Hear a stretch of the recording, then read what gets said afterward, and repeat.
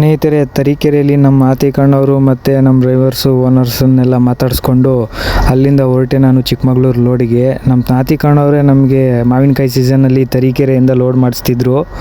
ಚಿಕ್ಕಮಗಳೂರಿಗೆ ಹೋಗೋ ದಾರಿಯಲ್ಲಿ ಲೈಟಾಗಿ ಮಳೆ ಬೇರೆ ಬರ್ತಿತ್ತು. ಚಿಕ್ಕಮಗಳೂರಿಗೆ ಹೋಗ್ತಾ ಇದ್ರೆ ಅಲ್ಲಿ ಬೆಟ್ಟದ ಮೇಲೆಲ್ಲ ಕೂಡ ಮೋಡ ಎಲ್ಲ ಕವರ್ ಮಾಡಿತ್ತು. ಅದನ್ನೆಲ್ಲ ನೋಡೋದಕ್ಕೆ ತುಂಬ ಜನ ರೋಡ್ ಸೈಡಲ್ಲೇ ನಿಂತ್ಕೊಂಡು ಫೋಟೋಗಳು ವಿಡಿಯೋಗಳು ಎಲ್ಲ ತಕ್ಕೊತಾ ಇದ್ರು. ಚಿಕ್ಕಮಗಳೂರಿಗೆ ಬಂದಿದ್ದ ತಕ್ಷಣವೇ ನಾನು ಮತ್ತು ನಮ್ಮ ತೌಫೀಕ್ ಅಣ್ಣವರು ಇಬ್ಬರೂ ಡೀಸೆಲ್ ಹಾಕ್ಸ್ತಾ ಇದ್ದೀವಿ ಪೆಟ್ರೋಲ್ ಬಂಕಲ್ಲಿ. ನಾನು ಮತ್ತು ನಮ್ಮ ತೌಫೀಕ್ ಅಣ್ಣವರು ಇಬ್ಬರೂ ಬಾಂಬೆಗೇನೆ ಹೋಗೋದು. ಅದರಿಂದಾಗಿ ಇಬ್ಬರು ಜೊತೆಗೆ ಲೋಡ್ ಮಾಡಿಕೊಂಡು ಜೊತೆಗೆ ಹೋಗ್ತೀವಿ. ಏನಂದರೆ ಫಸ್ಟ್ ಆ ಗಾಡಿ ಲೋಡ್ ಆಗುತ್ತೆ, ಅದಾದಮೇಲೆ ನನ್ನ ಗಾಡಿ ಲೋಡ್ ಆಗುತ್ತೆ.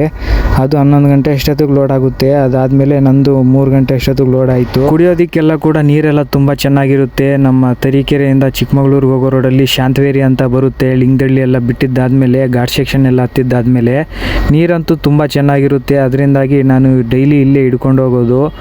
2 ಕ್ಯಾನಿಗೆಲ್ಲ ಹಿಡ್ಕೊಂಡು ಬಕೆಟಲ್ಲಿರೋ ಬಾಟ್ಲಿಗೆಲ್ಲ ತುಂಬಿಸ್ಕೊಂಡೆ. ಲೋಡ್ ಆಯಿತು. ಅಲ್ಲಿಂದ ಬಿಡೋ ಅಷ್ಟೊತ್ತಿಗೆ 3 ಗಂಟೆ ಆಯಿತು. ನಾವು ಕಡೂರು ಹೋಗೋ ರೋಡಲ್ಲಿ ಇದ್ದೀವಿ. ಕಡೂರೆಲ್ಲ ಬಿಟ್ಟು ಬೀರೂರೆಲ್ಲ ಬಿಟ್ಟು ಅಜ್ಜಂಪುರ ಜಾನಗಿರಿ ಇವೆಲ್ಲ ಬಿಟ್ಟು ಸೀದಾ ದಾವಣಗೆರೆ ಹೈವೇ ಎತ್ತಿದ್ದೀವಿ. ನಮ್ಮ ಕರ್ನಾಟಕ ಎಲ್ಲ ಬಿಟ್ಟು ಮಹಾರಾಷ್ಟ್ರ ಬಾರ್ಡ್ರ್ ಹತ್ರ ಬಂದಿದ್ದ ತಕ್ಷಣವೇ ತುಂಬ ಸಾಕಾಗೋಯಿತು. ನೋಡಿ ಸೈಡಲ್ಲೆಲ್ಲ ಕೂಡ ಸ್ವಲ್ಪ ಕೆಳಗೆ ಬಂದಿದ್ರೆ ಮೇಲೆ ಎತ್ತಿದ್ದೀನಿ, ಯಾಕಂದರೆ ಚೆನ್ನಾಗಿ ಗಾಳಿ ಹೊಡಿಬೇಕು ಅಂತೇಳಿ. ಈ ರೀತಿ ಲೋಡ್ ಆಗಿತ್ತು.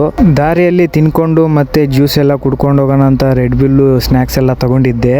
ಅದಾದಮೇಲೆ ಅಲ್ಲಿಂದ ಸ್ವಲ್ಪ ಮುಂದೆ ಬಂದಿದ್ದ ತಕ್ಷಣವೇ ಟ್ರಾಫಿಕ್ ಅಂದರೆ ಟ್ರಾಫಿಕ್ಕು. ಯಾಕಪ್ಪ ಇಷ್ಟೊಂದು ಟ್ರಾಫಿಕ್ ಆಗೈತಿ ಅಂತ ನೋಡಿದ್ರೆ ಅಲ್ಲಿ ಮುಂದೆಗಡೆ ರೈಟ್ ಸೈಡಲ್ಲಿ ಲಾರಿ ಒಂದು ಬಿದ್ದೋಗಿತ್ತು ಕೆಳಕ್ಕೆ, ಕಂಟೈನರ್ ಗಾಡಿ. ಅದೆಲ್ಲ ನೋಡಿಕೊಂಡು ನಾವು ಹಂಗೆ ಮುಂದೆ ಬರ್ತಾ ಇದ್ದೀವಿ. ಸರ್ವಿಸ್ ರೋಡಲ್ಲೇ ಬಿಟ್ಟಿದ್ರು, ಅದು ಆ ರೀತಿ ಆಗಿರೋದ್ರಿಂದಾಗಿ. ಅಲ್ಲಿ ನಮ್ಮ KSRTC ಹೋಗ್ತಿದೆಯಲ್ಲ, ಅವರು ಸಹ ನಮ್ಮ ವೀಡಿಯೋಸ್ ನೋಡ್ತಾರಂತೆ.